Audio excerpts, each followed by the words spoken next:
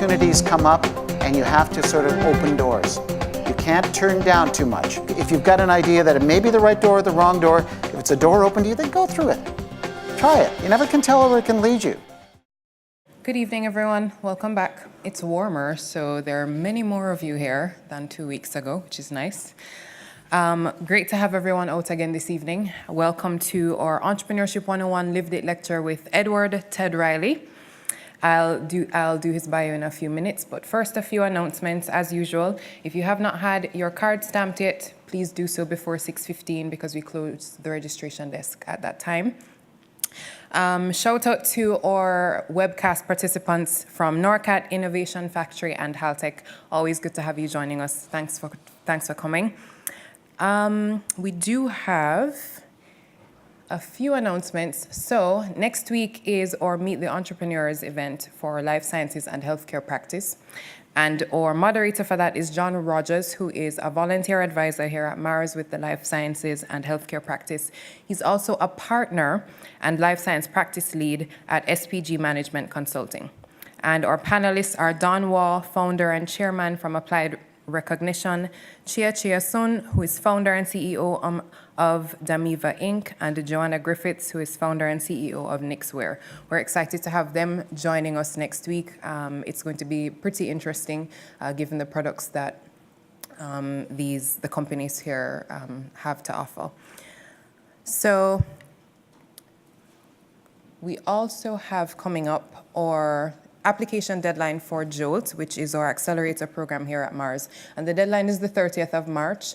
But as you all know, if you've applied for Upstart, you know deadlines come around very, very quickly in the blink of an eye. It's 6 months of intense work, but it's very exciting and it's very much worth the effort and the time. And if you need more information on that, it's jolt.marsdd.com for more information, as well as if you want the application, access to the application form itself. Now to the more exciting stuff. Ted Riley is CEO of Technologies Innovation Group Canada. He's also a Mars advisor. And Ted, just to give you a bit of background, Ted joined Atlantis Communications Inc. in 1984 of president of Atlantis Releasing, and he was instrumental in establishing Atlantis international distribution offices in Amsterdam, London, and Sydney. After the merger that produced Alliance Atlantis Communications, AAC, in 1998, Ted oversaw the expansion of AAC Dublin's operations and the streamlining of the company's content distribution business. Since the sale of AAC in 2008, Ted has been involved in various sustainability causes, including the incorporation of Technology Innovations Group Canada, which is an export company in the green technology sector. He sits on the board of Earth Rangers, which is a non-for-profit charity that promotes the protection of endangered species, and the Toronto French School. He's, as I mentioned before, he's also an advisor here at Mars, mentoring startups that are developing sustainable technology. We're very glad to have him. He's graduated from Carleton University in 1976 with a Bachelor of Journalism degree and attended Queen's University, where he majored in film studies. It's not going to be your regular run-of-the-mill Lived It lecture, but please join me in welcoming Ted to the stage.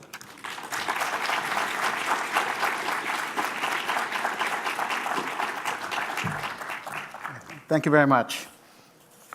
I'm very honored to speak to a room of entrepreneurs. After many, many years working at Alliance Atlantis, and since that time, I consider myself an entrepreneur, but the route to that self-consideration was a long and circuitous one. And I'm hoping that today I'll provide you a little bit of a story about how I got to do what I did throughout my life, and hopefully provide you with an alternative view of what it means to be an entrepreneur. I'll start. I wrote down in my little notes here something called my essential truths, and I've decided I'll leave those to the end because I want to tell you a little bit of a story about how I got to be working in the film business, how I got to work with Alliance Atlantis, which was a very big brand in Canada, started by friends, started by liberal arts students, started by people who really didn't know very much about the business world at all when we started, and learned almost everything on the job. And through it all, quite proudly I say, we've maintained the four principles of the company, have maintained a solid friendship and bond, and we had a ball doing it. I've been very, very fortunate through my career. And I'll actually start by that idea of being fortunate, because I've been often use a quote that I found out about 8 months ago, which I used for like 15, 20 years. I thought it was a great quote, and I realized I had it completely wrong. But I still think my quote is actually quite appropriate. Being a sports fan, there was a great thinker in baseball named Branch Rickey who once said, and this was his quote, "Luck is the residue of design." And I hadn't heard it that way 15, 20 years ago, and I have been dining out on the phrase, "Luck is the residue of desire." And frankly, I think that is maybe more appropriate to what I actually want to talk about today. And I'll go back to the very beginning. I'm from Ottawa. I was born in the 50s and the 60s in Ottawa. Ottawa may have gone through some sort of a commercial renaissance in the last 15 years, but when I was growing up in town, everything was about the public service. The secret code that no one could ever seem to crack in Ottawa is something called the private sector. I grew up in a classic public service family and had absolutely no understanding about what a business was or how business operated throughout my teen years. I went into journalism school at Carleton, quite honestly, because my sister did. My sister was 5 years older than me, a profound influence on my life. She went on to a very illustrious career as a parliamentary reporter up in Ottawa, Susan Riley, and informed a lot of what happened to me in my early years, which was journalism school. I went into journalism school primarily because I wanted to be an announcer, a sports announcer. I got involved in radio. At the end of my second year at Carleton Journalism School is a place like most departments, has a caste system. And the caste system is, your summer job is the Globe and Mail. You're at the top of the caste system. Mid-range newspapers in Ontario, right there. Department of Mines and Energy and Resources down at the very bottom, and that's where I was. I had no contacts in the business, but lucky me, and this is again where luck comes into it, I managed to get a job working at the Canadian Army base in Germany as a radio announcer for 2 years. And while I was over there, I developed a love of movies, mainly because I had a lot of time in my hands and a free pass to the movie theaters. I spent a lot of time going to movies, and I decided to come back to school. After spending 2 years there, I was 20 years old. I didn't want to go into my business. I decided to come back and finish my degree and become a journalist in the arts. Back in those days, the CBC had a lot of money, and they were promoting people in to be science reporters, to be business reporters, and I wanted to become an arts reporter. Again, as luck would have it, after I came back to university, the CBC proposed that they wanted to have a career. They articulated a career for me, and they sent me to the Arctic every summer, and I would go to Yellowknife and Churchill and be the morning man on the radio station. Had a wonderful summer, and fundamentally was building this career. I was going to be an arts journalist. I was going to work for CBC, and everything was going tickety-boo. Well, as the best laid plans of mice and men, I came back, and I had what, if anybody knows movies, one of my favorite filmmakers of all time is a man named Frank Capra. And Frank Capra moments occur in his films like It's a Wonderful Life, Mr. Smith Goes to Washington. And I literally had a Frank Capra moment. I came back in September to go back to, oh, by the way, I finished my journalism degree and I went to Queen's. While I was at Queen's, I met Michael McMillan and Seton McLean. And Michael and Seton, I met them the very first week when I was there. We became fast friends, and we would hang out together. In the summertime, I went up to Yellowknife.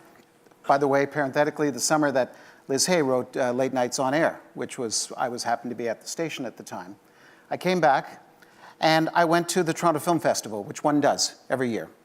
And before school starts.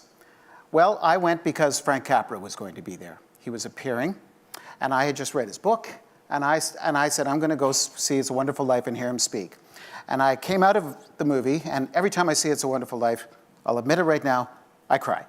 And I was going crying, and I said, I better go collect myself. And I walk out into the lobby, and who do I run into? Frank Capra. And I tell him how much I admire him, and I walk back into the theater. Rewind about 6 months. There was a fellow named Wayne Clarkson who went on to run the Toronto Film Festival. He was running the National Film Theatre in Ottawa. There's a point to all of this, because it does inform what I believe to be the essence of career building. Wayne, I went, Wayne, I just met Frank Capra. And he goes, yeah, I'm hosting him. I said, by the way, I'm graduating from film school in the fall. If there's any jobs up at the National Film Theatre, let me know. Well, 6 months prior to that, I was on a bus in Ottawa, and this was back in the time when film studies was rather an esoteric pastime. And a man tapped me on the shoulder, and he was a fellow named Frank Taylor, became a good friend of mine. And Frank was doing his master's degree in gerontology, but he really was a film freak, and he wanted to get into the film business. And he asked me if I could help. And I said, well, I always want to help. I like helping people. And so I helped him. And what happened? Frank Taylor got the job as the second in command to Wayne Clarkson. So when I asked Wayne Clarkson, he's saying, is there a job opening? Wayne said, well, there is, as a matter of fact, a job managing the National Film Theatre. Who do I have to talk to? Frank Taylor. So I called up Frank, and Frank said, well, you got me into the business, and that is how I got into the movie business.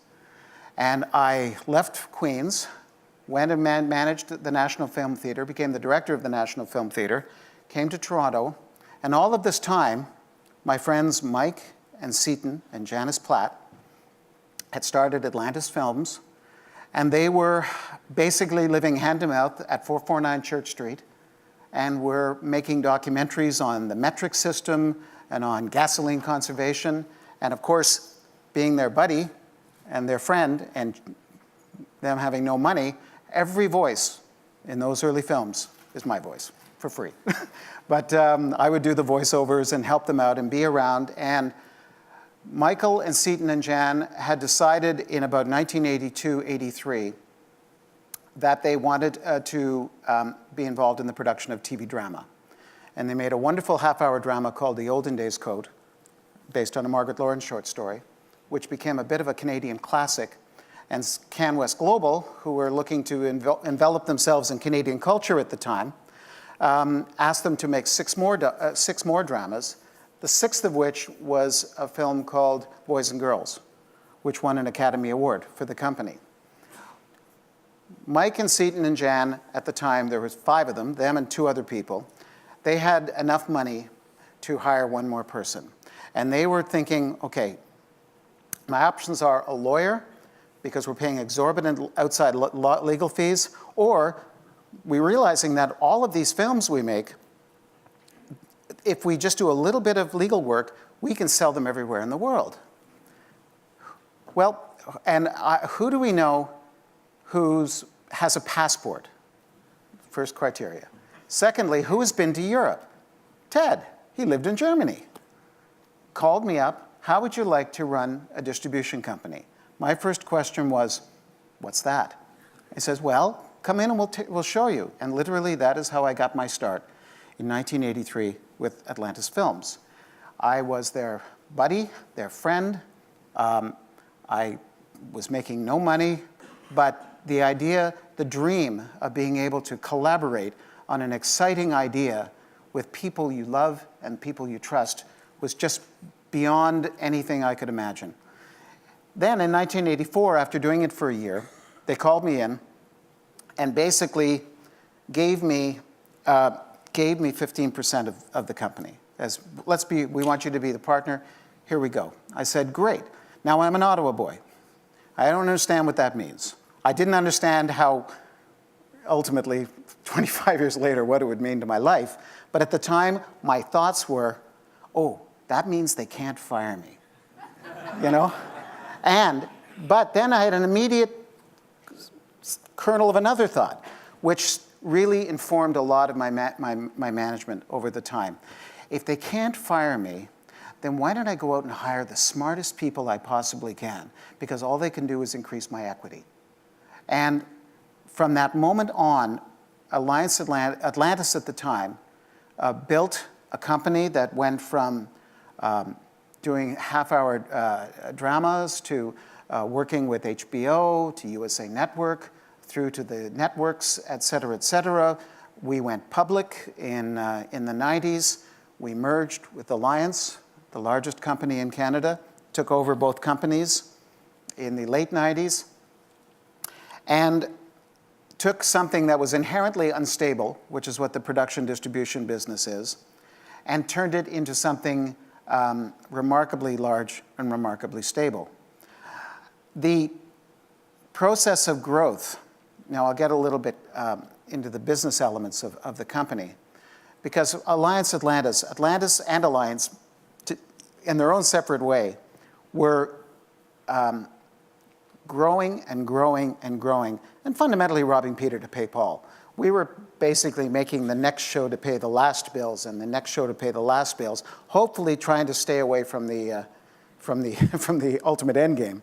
And both sides thought they were managing it effectively, as Alliance was producing, I think, probably somewhere around 30 to 35% of all of the drama in Canada at the time, and Atlantis was producing about 30 to 35% of all of the drama. So when we merged, we were doing almost all of the drama for a while in Canada in the early part of 2000. But both companies, when they came together, were faced with a yawning, huge debt load. And a debt load which was so profound that we were seriously contemplating at the time getting out of the production and distribution business, which was our legacy.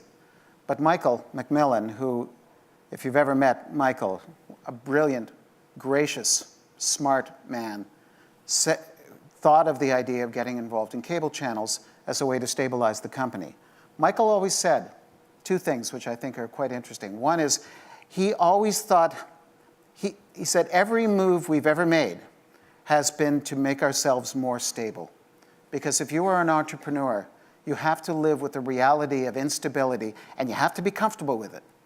And if you're not, then don't be in the room, because we'll get into talking about what it means to run your own business in a minute, because it's a very emotional thing. I don't look at it from as I say, I have no MBA background, I have no business background, but I had a serious and intimate relationship with my work on a daily basis, which is what motivated us and which made us, I think, successful. He talked about stability. The other thing he talked about, and I remember we were on a plane one time arguing over something stupid, but he talked about he would be incessantly writing deals on pieces of paper, like, wait, oh, do we do this, do this? And he turned to me and says, you know, I love looking at deals in 3 dimensions. I think every deal should be looked at in 3 dimensions, because you never can tell where a dissociated, spontaneous idea can come and be put into an equation that can turn something that is an ordinary deal into an extraordinary deal. And Michael's inventive thinking was that he understood also the nature of public and private in Canada. And as any Canadian entrepreneur needs to understand, you have to have a fundamental knowledge of both the private sector and the public sector in this country in a way that Americans will never learn. And I've dealt with many of all cultures around the world, and that subtle relationship is a specific and very, very big advantage to Canadian entrepreneurs. And Michael thought about this, and at the time in his Atlantis, and Robert Lantos, another brilliant thinker, was thinking the same thing on the Alliance side of things. Both of them understood the fact that there needed to be new blood in our cable channel industry, and the government was acknowledging that through the CRTC, and kind of winked and nodded at both Alliance and Atlantis. Would you like to participate in the field? And Michael jumped into it, and over the next 5 years, we built a powerhouse group of 13 cable channels, which really helped stabilize the business and really helped, frankly, save us. But the fun part, as we were going through, you know, and basically every show that, most of the shows that are on basic cable now, the old dramas have an Alliance Atlantis affiliation somehow. And I've sold them all, good and bad, from Traders, which is an exceptionally good show, through to a lot of really difficult shows that were very, very hard to sell. But we were getting to a point in terms of size. We were so big and so productive. We were, in fact, the largest company, along with Fremantle, who did Idol. The two, Alliance Atlantis and Fremantle, were the two companies just underneath the studio system, which controlled the film and television business. And we were so riddled with debt that we were basically saying enough is enough. And then Peter Sussman, my fourth partner who lived in Los Angeles, got a call from his friends over at CBS. We represented, okay, and by the way, we represented CBS in Canada. We sold Survivor up here. We sold Everybody Loves Raymond. I did those. I ran that part of the company. We also produced several miniseries and a lot of TV movies for CBS. So CBS were kind of considered us to be their Canadian friends. And they had a problem one year, about 10 years ago. They were co-producing a series that Jerry Bruckheimer, who is a very famous movie producer, wanted to get involved in television. And he was working on he had a deal with Disney. And Disney owns ABC. And he was going to produce this little show that CBS was going to show, and Disney was going to co-produce, and they were going to be 50-50 partners. It was called CSI. And CSI, Disney that year had 6 shows on the air, 5 of which were, in fact, they owned 100% of the asset. One of them, they owned 50% of the asset. Again, sometimes when the business form trumps the creative content, you might say, somebody at Disney thought, well, why are we even involved in this show? It's a Friday night show. The Fugitive's on Friday night, right alongside of it. It's going to kill CSI. We don't really want to be in it. In Hollywood, by the way, very rarely is a contract ever signed. It's not a contract business. It's a business of handshakes, and you're good for it. So CBS had a show that year called The District with Craig T. Nelson. That was their big show. Plus, more importantly, it was just at the time when Big Brother came on in the air, and reality television was starting to hit prime time. Suddenly, drama series were considered to be a bit of a pariah. And Disney, who hated ABC, who hated CBS, and CBS hated Disney, they were fighting over the fact of which office, would they go to the ABC office to cast, or would they do it at the CBS office? And would they see, like the old Dr. Strangelove line, they'll see the big board, like it's all this kind of paranoia. And the process of being involved in these shows is that the network orders the show, goes to New York, shows the shows to all the advertisers at Carnegie Hall. Then everybody marches out to Los Angeles, and all of the foreign buyers from all around the world come into Los Angeles for something you might know called the LA screenings. Disney were a partner up front in Carnegie Hall, the advertisers. They were their partners on the show and at the LA screenings. They had 7 shows to show to all the foreign buyers. They would show their first 6, and then they'd show CSI, if they had enough time in the day. So very few people bought CSI. And Disney then, because they can do this, they turned and they said, no, we don't want it. We're out. And there was considered at the time, a rather small deficit in the show, a few $1 million. And CBS went, well, we've got The District. We don't need it either. Who can we get who will be our 50-50 partner on this show going forward, who might have some money to put into it? Well, let's call Peter. Called Peter. Peter got all of us together. What should we do? Well, we hemmed and we hawed, and then we thought, well, CBS is asking us a favor. And although we had so much debt, we had like a 9-figure debt load at the time, we had to make a decision, and we made the decision to get involved in CSI. And I spent 7 years of my career, the last 7 years of my career, basically surfing the number 1, the number 2, and the number 3 show in the world. CSI, CSI Miami, and CSI New York. Intimately involved in all 3, And it was a perfect storm for a person who loves TV, who loved the company I was with, and wanted to see us survive because the debt went away. We were in a position where at the start of every fiscal year, I had 98% of my projections covered. It was heaven. And as a consequence of that as well, I got to live in Dublin. I ran the operation living in Dublin at the time of the Celtic Tiger, and had a wonderful time there. And everything was going tickety-boo. We came back home, and like all entrepreneurs need to do, you can't stand still. You either grow or you shrink.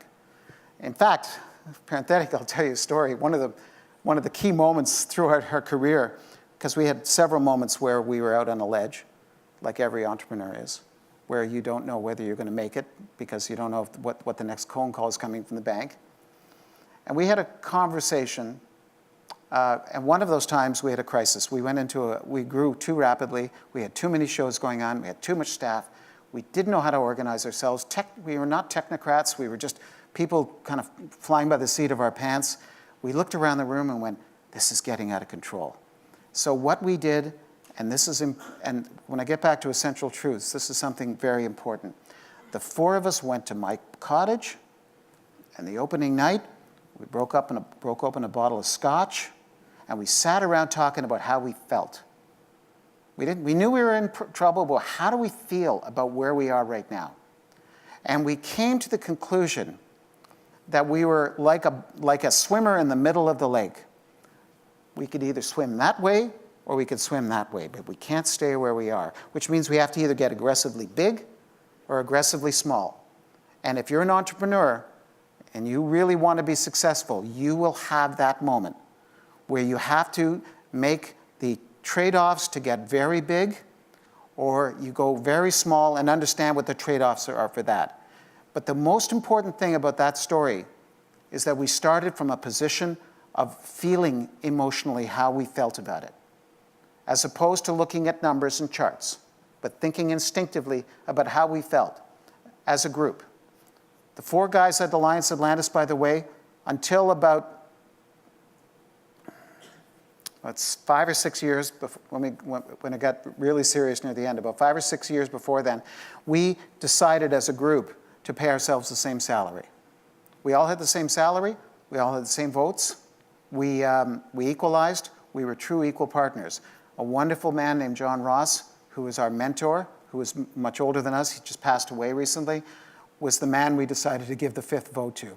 We never called upon him once in the 25 years in the company. But anyway, so we got big. Things were going along fine. We had to grow. How do we grow?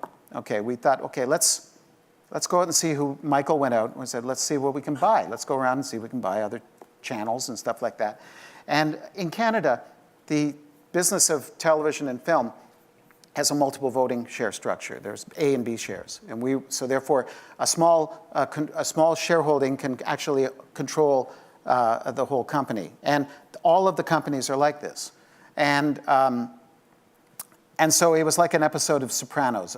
Like Michael went around and said, "We'd like to buy you," and they said, "No, we want to buy you." And so Michael went back in 2007 and said, "Well, everybody wants to be a seller. Let's be a buyer." And we sold the company. We started, Michael and Seaton and Janice Platt started the company with about $150, and Seaton's mom bought him a Honda Civic at that time, and we sold the company for $2.3 billion. And it was a day, a very emotional day. Goldman Sachs, CanWest Global bought our company. And it was about 2 weeks before the world collapsed. In fact, Seaton wrote a text message to all of us as the deal was closing, and he wrote, the text said, "The last helicopter out of Saigon," because we really thought we were very lucky. So, luck. You know, I'll talk now about my essential truths, because as I say, I've been very lucky. Since then, you know, they gave me a check and told me to go home, and I have three boys, all of whom are just at the time are about 9, 10, or 11, around then. And I was 55 at the time, and I just didn't want to stop, but I was told to stop. I had the wonderful feeling that I had really, I did it. I had done it. I couldn't do it any better. I did it with my friends. I did it, I didn't compromise in any way. I didn't lie. I didn't have to do anything sleazy. I did it. And it was a great feeling so that's why when after 6 months of just sort of chilling, coming out of it going, well, I don't really want to do that again. Because I'd done it. Anything else would be second best. And at this point in your life, if you've managed to get financial stability and you've safeguarded your family, then let's do something meaningful. And that's when I discovered this place. And the wonderful spirit of entrepreneurship and innovation that exists at Mars, and the wonderfully brilliant ideas that are coming through here that are not informed by anything other than let's further the cause of truth. Let's further the causes that are important to people. Wonderful people filled with wonderful ideas, all of them, and I will say this about everybody in the room, including myself, we are all idiot savants. And everybody needs to be able to understand what their strengths and weaknesses are. That's one of my essential truths. And there are these people here who have an absolutely wonderful idea, who need to figure out how to commercialize it, who need to figure out how to sell it. And there is a very, and if any, I don't know if any entrepreneurs in this room are thinking about sales or export, but it is a massively underserved business in this country, and an exciting way to make a living. And I'm having a ball doing it. I set up a company here to sell sustainable technologies. I've also got my hand in a company that's involved in a really interesting initiative in digital television. And I'm doing that as my full-time job now. And I'm operating under the same principles and the same truths. And some of them are, I'll just tell you a few of them that I've written down here.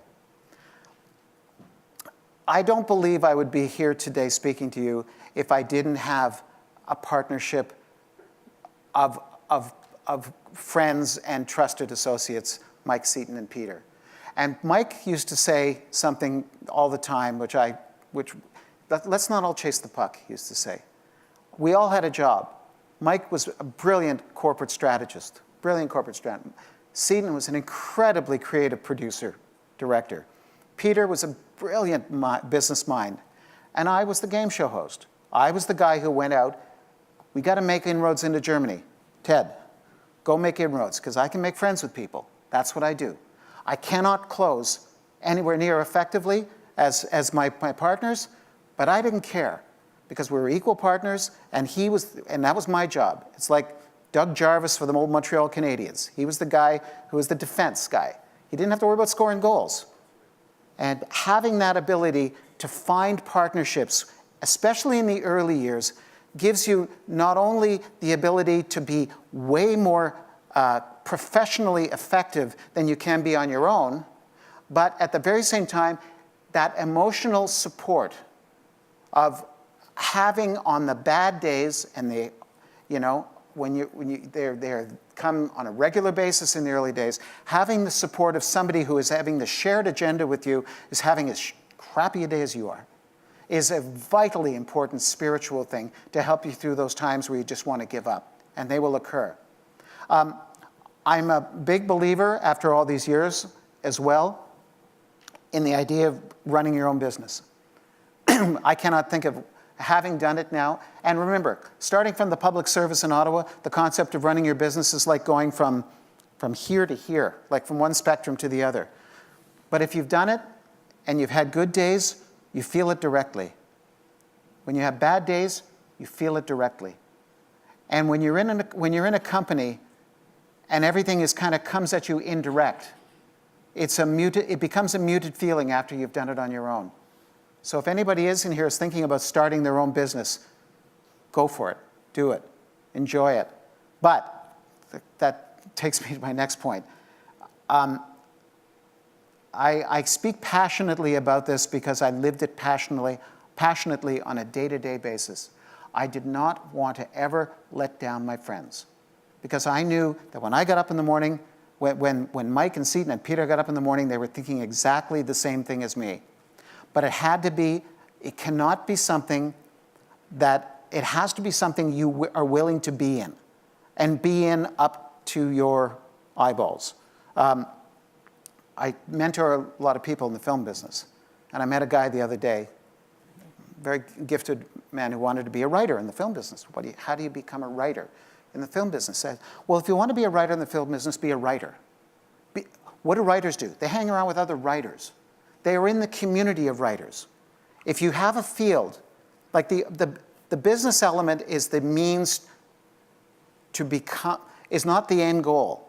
The end goal is ultimately to have a career, but the end goal is not to make business. The end goal is to be in a business that you love and you're passionate about. Right now, this is what is turning me on about being in the sustainability field, because I believe that it is absolutely interesting, essential, and a business that will be as big some days as computers.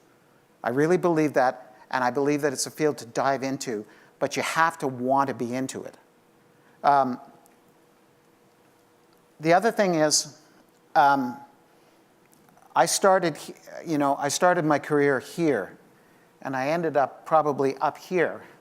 But I didn't go like that. I kind of went like this, and I went over here, and I went over here, then I went over there, up, over here. And that's simply because I always wanted to stay busy. Got to be busy. Activity begets activity. Activity begets opportunity. The doors that open to you coming out of work, just working every day, are mysterious. They are oblique. They may look like they are totally dissociated from what you're doing right now, but opportunities come up, and you have to sort of open doors. You can't turn down too much. Even if you've got an idea that it may be the right door or the wrong door, if it's a door open to you, then go through it. Try it. You never can tell where it can lead you. I started in wanting to be a radio announcer. I ended up running a big corporation. I had no idea that from the start that it would be at the end, but I did know that every day along the line I wanted to stay busy and I wanted to stay engaged. And then my career found me. Because as I said, I'm not a businessman. I'm a liberal arts student. My journalism degree, I will support Carleton's journalism program to the end of my life, because what journalism taught me was the most important lessons of my entire career, which is how to write clearly, how to think clearly, and how to be terse, and how one sentence, one thought, effective, clear, direct communication. And after spending a career seeing how people communicate, I realized that that is even more important now. The idea is the stuff of what you write about comes out of your brain and out of your heart and your soul, but the ability to present it clearly and succinctly on a piece of paper or online or whatnot, or understand the media is important. So the passion is important. The other thing I think I learned along the way is just to be good to people, help people. You know, the whole pay it forward thing really makes sense from a business perspective. And it's not about thinking of it as favors. It's just thinking about it as being a good person to help other people. And it's come back to me regularly. It comes back to me now when I, for example, had a wonderful relationship with a woman who was a middle manager at RTL, which is the German broadcasting network. She and I were friends. And she was starting out and schlepping her way up a corporation, which is really tough in Germany. And she was the one who bought CSI. And now she's the president of the company. And all the way along the line, we were friends, and we get together and we tip a glass and we both look at each other and go, well done, to each other, as good friends would. And I want to get some of my sustainable technologies into Germany right now. I know she'll help me because she's my friend. And it's a friendship that is based out of mutual respect and mutual giving. And I'm a big believer. I don't believe in competition. The only competition you have is you against the market. The other thing I believe in very clearly as a salesperson is that you don't get in the way of a sale. A sale, a good product, or a good idea will find its market if it's properly communicated to the end user and you don't get in the way of it. You don't try to layer on too much stuff. I tell the story, I'm really digressing here, but I tell the story of the two guys in the orange. I've told this story several times over my career, and it helped, about the two guys sitting on a table with an orange in the middle of the table. And one guy goes, I want that orange. And the other guy goes, no, I want that orange. And they walk away in a huff and a puff. If they sat there in 10 minutes and talked to each other, they would have found out that one man made orange juice and one man made marmalade. And that out of a spirit of communication and out of a spirit of mutual winning, good things can happen. I'm also a believer, from an entrepreneurial perspective, I'm also a believer in small victories. I don't believe anything has to be a windfall.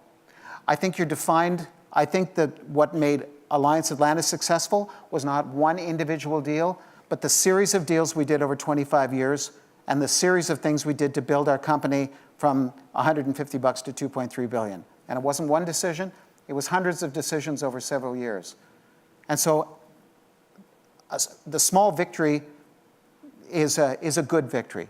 And you will be defined by the body of your work, not by any individual deal. And you should be defined by the body of your work, because if you want to have respect and a legacy at the end of your career, and this is something when you get into my age group, you start thinking more and more about, is that you have not done anybody any harm and that you've done a series of good things. And that's what I think is really vitally important as well. As an entrepreneur, so I don't have much more to say. I'll take questions, but I can't stress the importance of working with friends, working with kindred spirits to help you through the tough times. Find people who complement you. I know what my strengths are, and I know what my weaknesses are, and I know my three partners absolutely complemented me, and not everybody, and I used to think what I did was, well, anybody can do it. I realized, no, you can't. A lot of people can't just go out and cold call and meet people and start convincing people. That's a gift. Many years I discounted it because it didn't seem to be a gift that were taught at business school. It wasn't a gift, it was just a gift of life. But that's an important thing.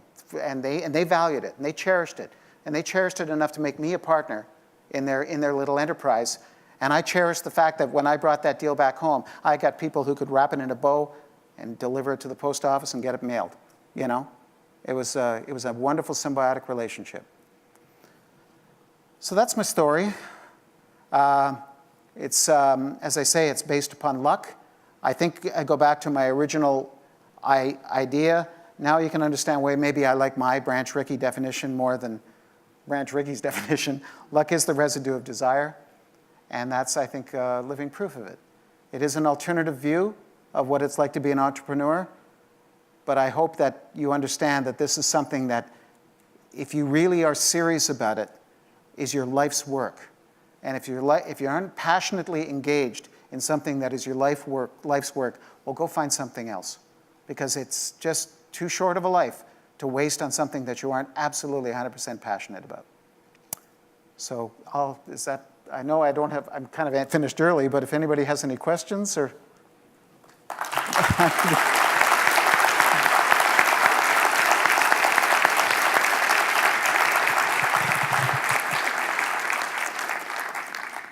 We have 2 microphones in either aisle.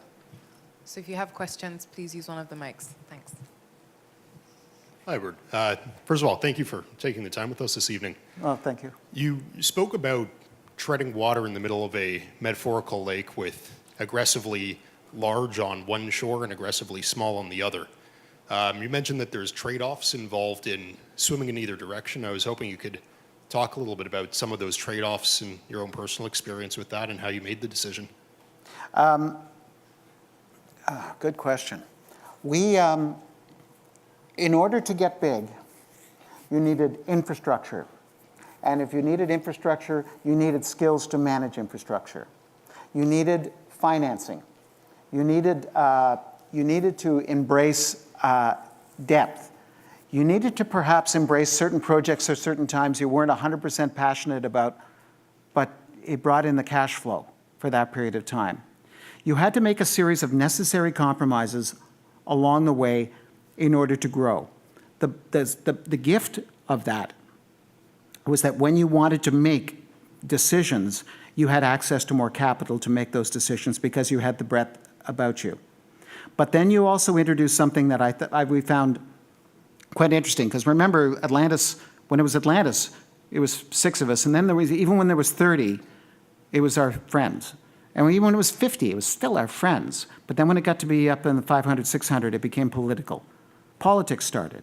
All of those various things involved with a company getting to be a certain size. Remember, as liberal arts students, those things were kind of evil, you know? But at the same time, you understand that if you really want to accomplish your goal, and your goal is to stay alive and to thrive, you cannot do it in the middle because you don't have the clout to be able to get what you want, but you are carrying overhead that complicates things. We could have gone real small and gone back to a very much smaller organization, but we didn't want to do that. We just wanted to get, you know, at some point we realized we thought about going small for about 30 seconds then. No, we want to get big. And the opportunity in Canada of Alliance and Atlantis together, which at the time you can't understand, it's unfathomable that one company can so dominate a business as we were in the late 90s, early 2000s. And so that provided us with leverage. It provided us with a lot of opportunities to go in certain directions. The trade-off was that everything got kind of complicated. We had HR departments. We unionized. We did all of the things that we thought were necessary to continue to be stable, but to continue to grow. And those were decisions we knew we were going to have to make and get into if we continue to get big. Does that answer your question? Yeah. Thank you for a very delightfully enjoyable thank you. lifted lecture. As a boomer, I think a lot of boomers are now hearing this and thinking, okay, they may be in a similar situation where they've done something that they've truly loved, and they reach a point where they're either on their own or being actually forced into making that change. You had this happen, the company got sold, and you sort of waffled for about 6 months. Now you're involved with this group. How many of your central truths do you still adhere to be part of this, and what central truth has been formed as a result of getting into this as opposed to what you did before? I will doggedly adhere to my truths, and the essential truths. And if people don't want to hear about my essential truths, then I will not bring my game here. That's the bottom line. That is what success is allowing me to say. I don't have to, I don't have to worry about a mortgage. I don't have to worry about those basic survival things, which we all generally because that was the joy of what Alliance Atlantis was for me financially. But I'm finding that there are some challenges that are unique to this, which are making me think about it, and a lot to do with financing.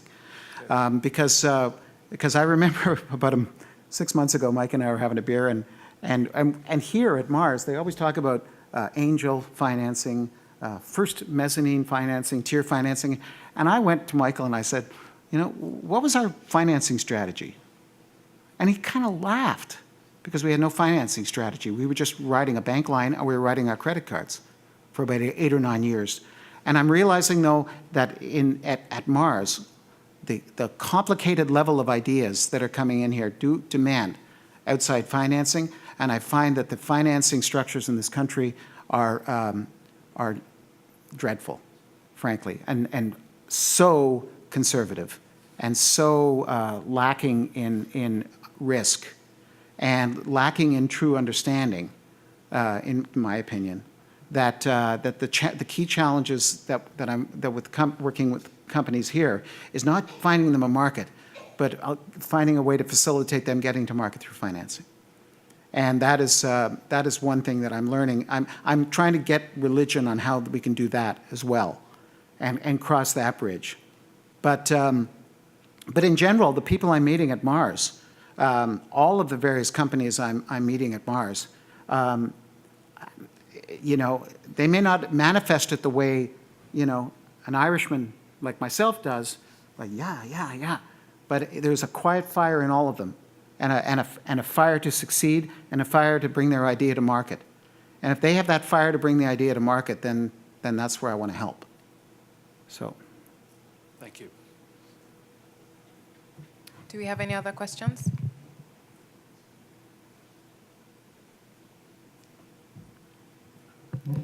Thank you for that great talk. What moved me the most is about the passion that you had in doing something with your friends, and that's exactly why I'm here as well. My friends and I, we just started a new venture doing health technology right now, doing a healthcare app. And in that, you mentioned the nexus between understanding the public and the private. And I think that's very, very true here in Canada in the health sector, and especially at Mars, where there's a huge science and health focus. So can you talk a little bit more about that, or is that? Well, in the film and television business, you assemble your financing for a TV show through a combination of government money through Telefilm Canada and pre-sales to private broadcasters. And so you have to understand at all times that there's that balance between public and private money, and they both need to be satisfied, and both constituencies need to be satisfied. However, everyone has to understand, like, the one thing that bothered me about our industry was what I would call creeping provincialism. It's, we are a small pond, and we may be big fish, like us, in a small pond, but being the head of international in the company, I had to swim out there in the real world. And the real world doesn't care about that subtle blend of public and private. All they worry about is the integrity and the efficacy of your product.